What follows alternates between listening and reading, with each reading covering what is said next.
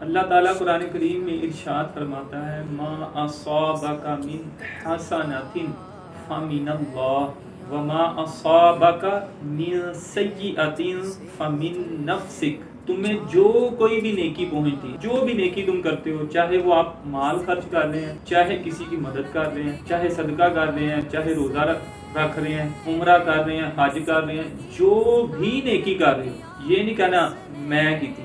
یہ رمضان گزرا نا، کتنے روزے رکھنے؟ میں 30 رکھے، میں 10 قرآن پاک پڑھ لے، میں 5 قرآن پاک پڑھ لی، میں نے اتنی خیرات کی، میں نے اتنا کچھ دیا۔ اچھا یہ کر کس کے لیے رہے ہیں؟ اللہ کے لیے۔ تو کیا اللہ سے کوئی نیکی چھپی ہے ہماری؟ تو پھر مشہوری کرنے کی ضرورت ہے۔ بعض مقامات ایسے ہوتے ہیں کہ جہاں پر دکھانا پڑتا ہے، وہ بھی اس لیے تاکہ دوسروں میں بھی شعور پیدا ہو، وہ بھی نیکی کریں۔ یہ بندے کو پتا ہوتا ہے میں اپنی مشہوری چاہ رہا ہوں کہ میں نیکی کی ترغیب کے لیے یہ عمل کر رہا ہوں۔ تو کیا فرمایا؟ جو بھی کوئی آپ نیکی کرتے ہیں، ہم یہاں پر اکٹھے ہوئے ہیں، اللہ تعالیٰ غفور الرحیم ہے، بخشنے والا، رحم فرمانے والا ہے، اور ہم سے جو ہے غلطیاں ہو جاتی ہیں، اور اللہ تعالیٰ جب معاف کرنا چاہتا ہے، وہ کسی بچے نے تلاوت بھی کی ہے، قاری صاحب ہمیں گھنٹہ ہی بھی بولتے رہے ہیں، کوئی فائدہ نہیں، اس کی تلاوت کی وجہ سے اللہ تعالیٰ سب کو معاف کر دے۔ یا ایسا بھی ہوتا ہے کہ بعض کا جو تلاوت نہیں بھی کر رہا، جو نعت نہیں بھی پڑھ رہا، صرف سننے آیا ہے۔ سننے والوں میں ایسا ہوتا ہے وہ ادب سے بیٹھا ہوتا ہے، قرآن پاک پڑھا جا رہا ہے، میں نے اس کو توجہ سے سننا ہے، اس کو سننے سے دل نرم ہوتے ہیں، اللہ تعالیٰ راضی ہوتا ہے، تو اس کی وجہ سے باقی سب کی بھی بات بن جاتی ہے، یہ بھی پوسیبل ہے۔ تو نیکی جب بھی ہم نے کرنی ہے، کس کا شکر ادا کرنا ہے؟ اللہ۔ اللہ تیرا شکر ہے کہ تو نے ہمیں یہاں پر جمع فرمایا، تو نے نماز پڑھنے کی توفیق دی، تو نے قرآن پڑھنے کی توفیق دی، قرآن سننے کی توفیق دی۔ پھر اللہ فرماتا ہے کہ جو میرا شکریہ ادا کرتا ہے نا، لَإِن شَكَرْتُمْ لَأَزِيدَنَّكُمْ، پھر میں اس کو زیادہ دیتا ہوں۔ جس کام میں بھی آپ اللہ تعالیٰ کا شکریہ ادا کرو گے، روزے رکھ کے شکریہ ادا کرو گے، نیکسٹ سال جب آئیں گے آپ پھر وہ روزے رکھ سکو گے، قضا نہیں ہوں گے۔ کئی ایسے بندے ہوتے روزے رکھ لیے، لوگوں کو بتاتے پھر اگلا سال آیا نہیں رکھے گے، بیمار ہوگی اور وجوہات ہوگی۔ اللہ تعالیٰ نے کیا فرمایا ہے؟ جب بھی کوئی نیکی پہنچے تو کیا کہنا ہے؟ اللہ کا شکر ادا کرنا ہے۔ کیوں؟ وہ کس کی طرف سے ہے؟ اللہ کی طرف سے۔ اور فرمایا جب کوئی مصیبت پہنچے، کیا پہنچے؟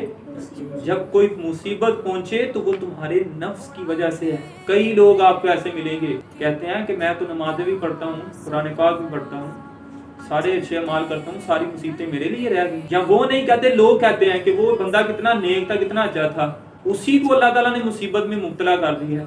دیکھو 5 سال ہو گئے اللہ تعالیٰ نے اس کو دیکھو اولاد ہی نہیں دی۔ تو اللہ تعالیٰ فرماتا ہے کہ جب بھی کوئی مصیبت پہنچے گی، جاتے ہوئے ایکسیڈنٹ ہو گیا، کھڑی کھڑی گاڑی پر کوئی چیز ہٹ کر گئی، نقصان ہو گیا 10-15 ہزار کا، اب یہ کوئی بھی مصیبت پہنچی ہے، یہ کیا ہے؟ تمہارے نفس کی وجہ سے ہے۔ وہ جو تم نے کسی کے ساتھ دھوکہ کیا تھا نا، کسی سے فراڈ کر کے تم نے گاڑی جب لینی تھی پیسے ملائے اندر، وہ اب نکلے ہیں۔ انہوں نے کہتا ہے نہیں میں نے تو کچھ بھی نہیں کیا۔ اللہ قرآن میں فرما رہا ہے کہ اللہ تو بندوں پر ظلم ہی نہیں کرتا، لوگ خود اپنی جانوں پر ظلم کرتے ہیں۔ تو جو کوئی بھی نیکی پہنچے گی کس کی طرف سے ہے؟ اللہ کی طرف سے۔ اور کوئی بھی برائی ہم کرتے ہیں تو وہ کس کی وجہ سے ہے؟ اپنے نفس کی طرف اس کو مخاطب کرنا ہے کہ میری غلطی ہے، میں نے یہ گناہ کیا ہے، مجھے اللہ تعالیٰ سے معافی مانگنی چاہیے۔ اور جب نیکی کرنی ہے اس میں میں نہیں کہنا، میں نمازاں پڑھیاں، میں روزہ رکھا، میں قرآن پڑھا، میں صدقہ کیتا، کہنا تو کرنا ہے اللہ تیری توفیق سے، اللہ تیری توفیق سے روزے رکھے، تیری توفیق سے قرآن پڑھا، تیری توفیق سے میں اتنے غریبوں کی مدد کرنا نہیں تے میری نفس جو ہے وہ تو کہنا ہے پیسے جوڑ کے رکھ۔ مصیبت کی نسبت کس طرف کرنی ہے؟ اپنی طرف کرنی ہے۔